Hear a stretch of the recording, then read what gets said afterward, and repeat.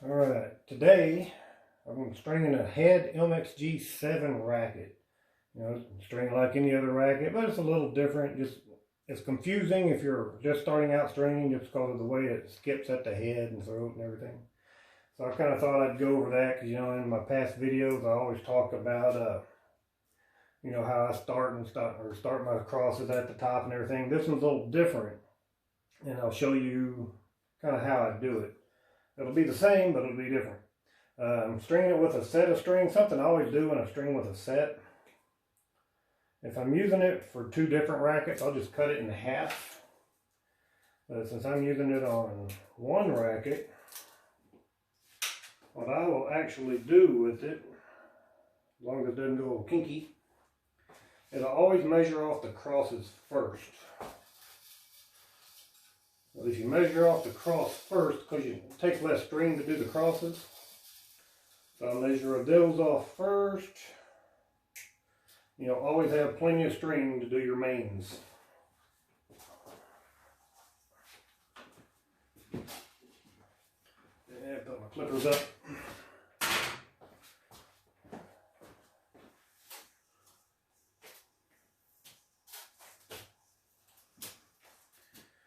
Alright, little points on the end here.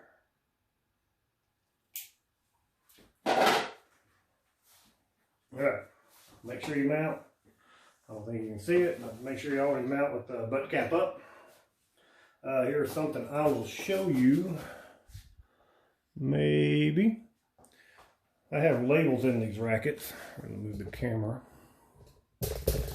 I have labels. And on my labels, if you one of those people that decide you're going to put labels on your rackets, always have the player's name, what string they use, and the cross in the mains, what their tension is, and I also put a restring date on there. Now the vast majority of players will never pay attention to it.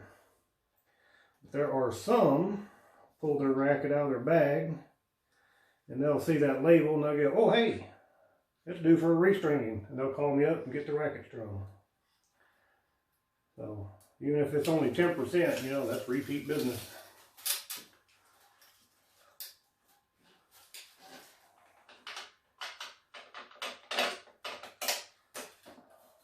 Nice multi-filament, always back it up with the starting clamp, hook your clamp up.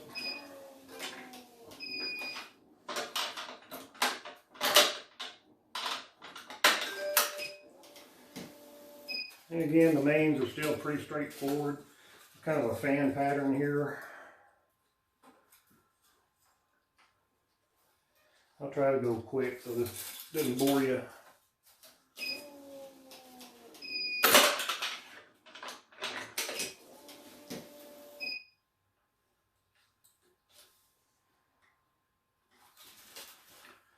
And again, we're just pulling pulling the mains. Nothing different.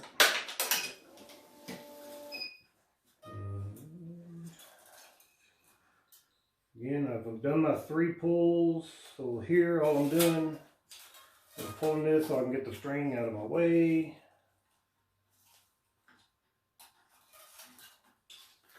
And this side I'm going to do 6. You know, when people ask me about clamps and ghosting and marking and strings and everything, I mean, this is a pretty soft multi-filament here. And as long as your clamps are adjusted correctly, you're not going to damage your string. I mean, there's some strings you're going to get ghosting no matter what, but for the most part, just make sure your clamps aren't too tight.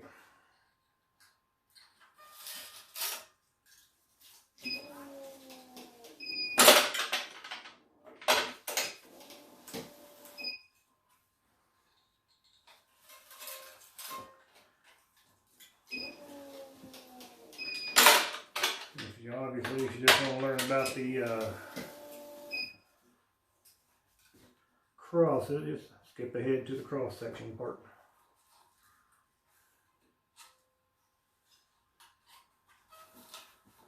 So you can see top starting to spread out. still narrow at the bottom. Okay, we're at our first skip, but we are not skipping at the bottom yet.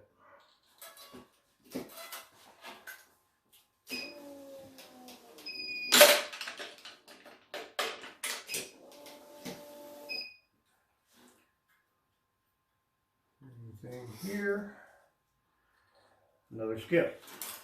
Now we're going to go back to this side, finish it off.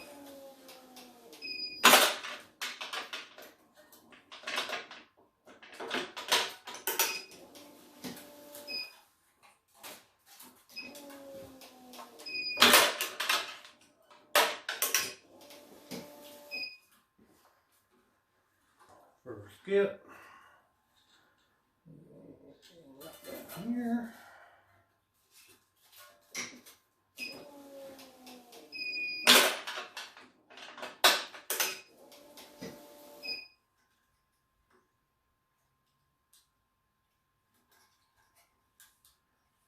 Second skip. Now here's where it's going to get different.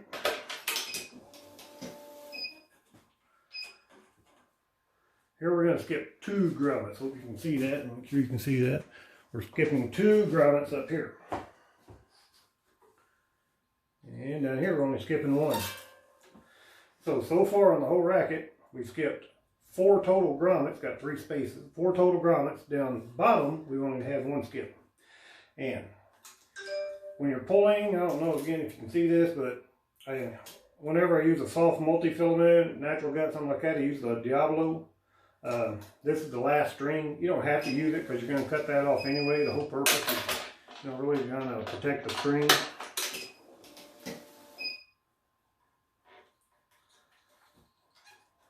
Turn knot.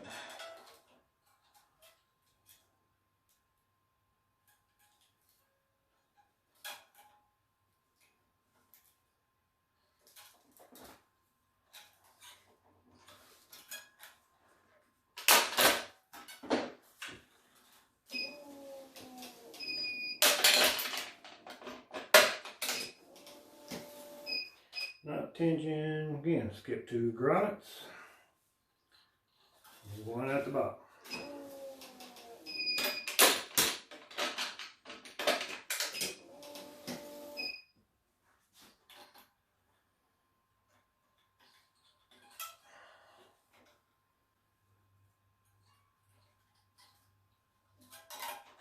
And again, I use Parnell knots.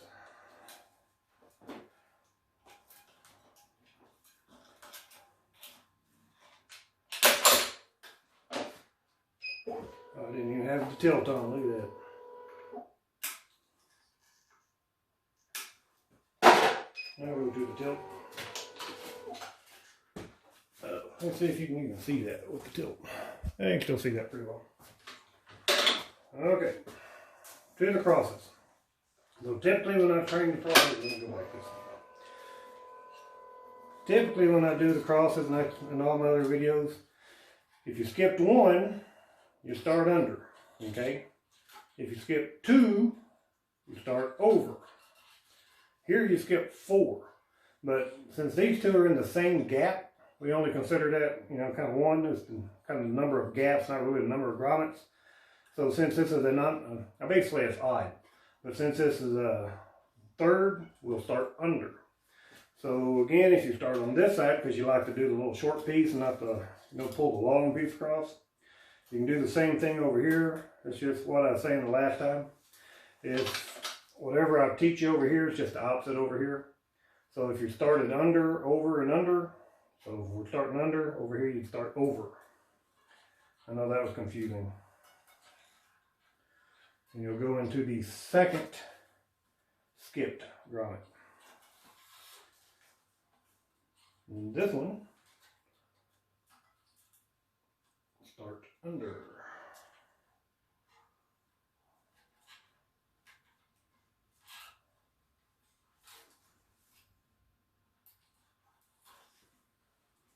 Such as that, starting clamp.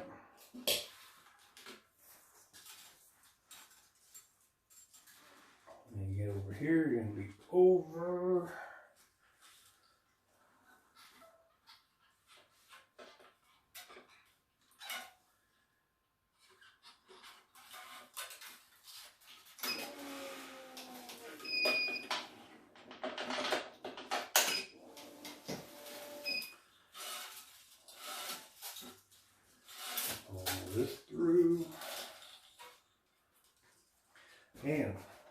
If you can notice it, it's easy to get crossovers here. Make sure you don't get a crossover.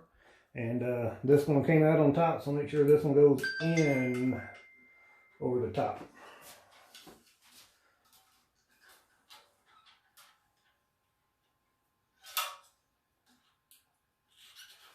Same thing over here. That one's underneath. Make sure that one came out underneath.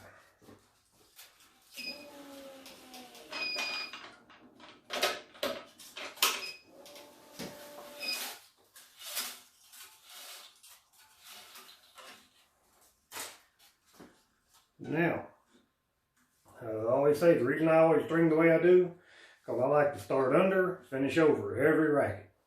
So now, this is going to be under. Weave that sucker across, finish it over. And it'll be like that all the way down to the skip.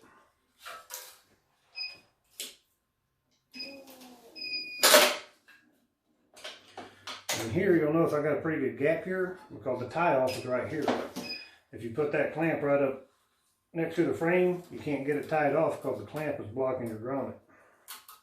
So make sure you plan and leave yourself room to tie off. And I think I said in the last video, you see these guys come in here look like they're trying to kill it. Now I've got maybe 10-15 pounds of pressure. I mean, you're not really trying to kill this.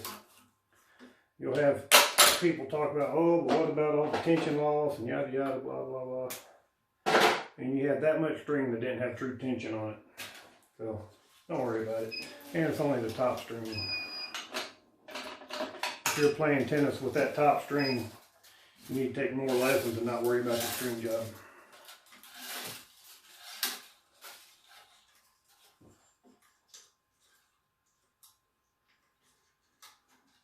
Under.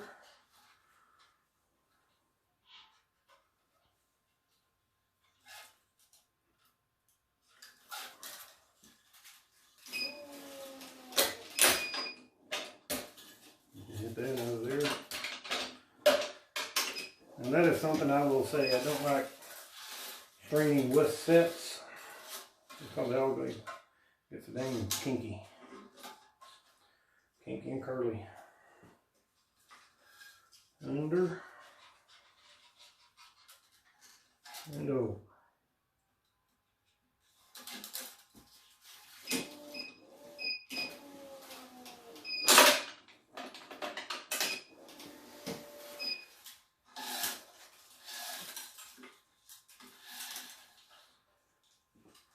And you'll just keep going all the way down. I guess you can fast forward if you want. If you like these videos, please make sure whenever you watch them, hit the like button. If you subscribe to my channel.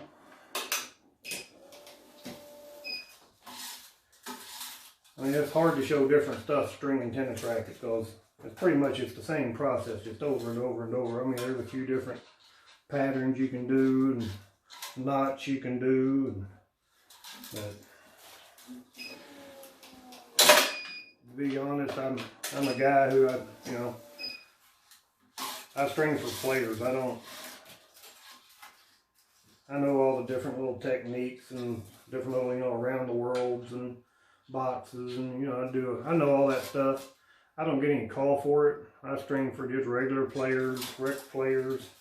And I do some NCAA tournaments and some pro tournaments. I string for universities. But nobody ever wants that. All anybody ever wants is the racket strung. I've had one guy in the last probably 10 years that said absolutely he wanted one-piece string job. And so that's what he got. Other than that, I can't remember anybody ever asking me for a specific type.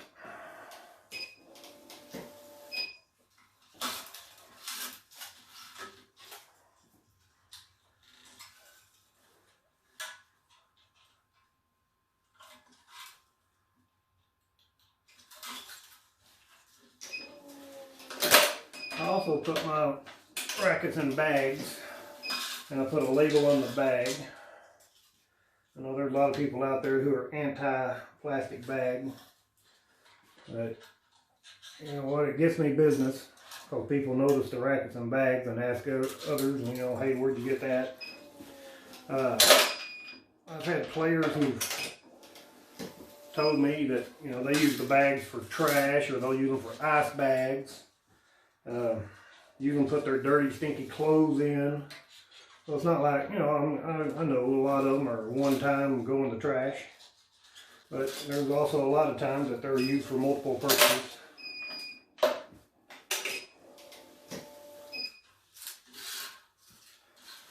And university players, it's nice because there's several of the players that will use the same racket, same string, and helps to identify whose racket is whose.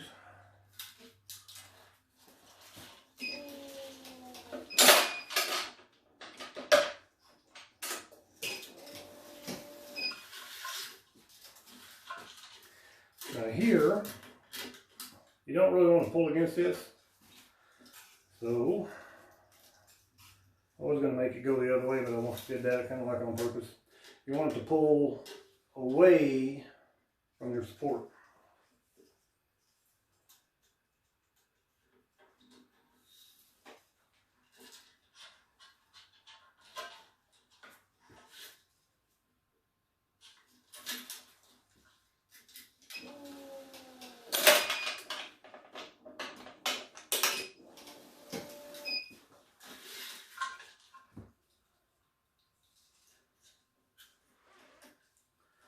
And this is also not a 19 cross, it's a 16-18, I believe.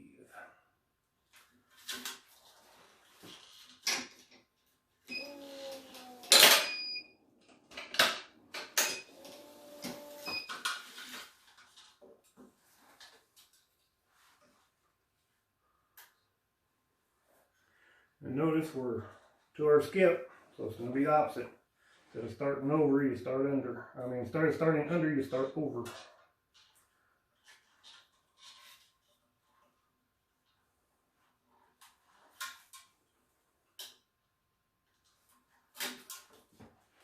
No, oops, not tension yet.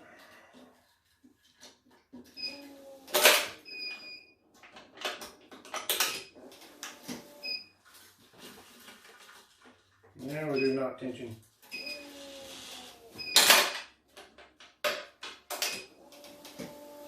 Now here, I think you can see it, you really don't have a lot of a gap here.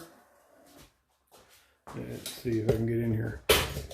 You really don't have much of a gap at the tie off. Where's it at? Right there. Don't have much of a gap.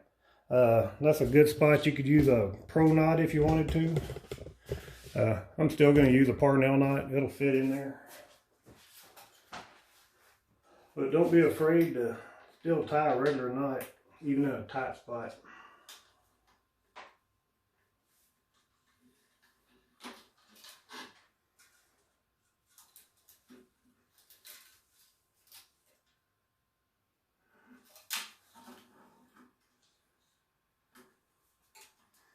You don't want to pull it too tight because you got to leave that little loop.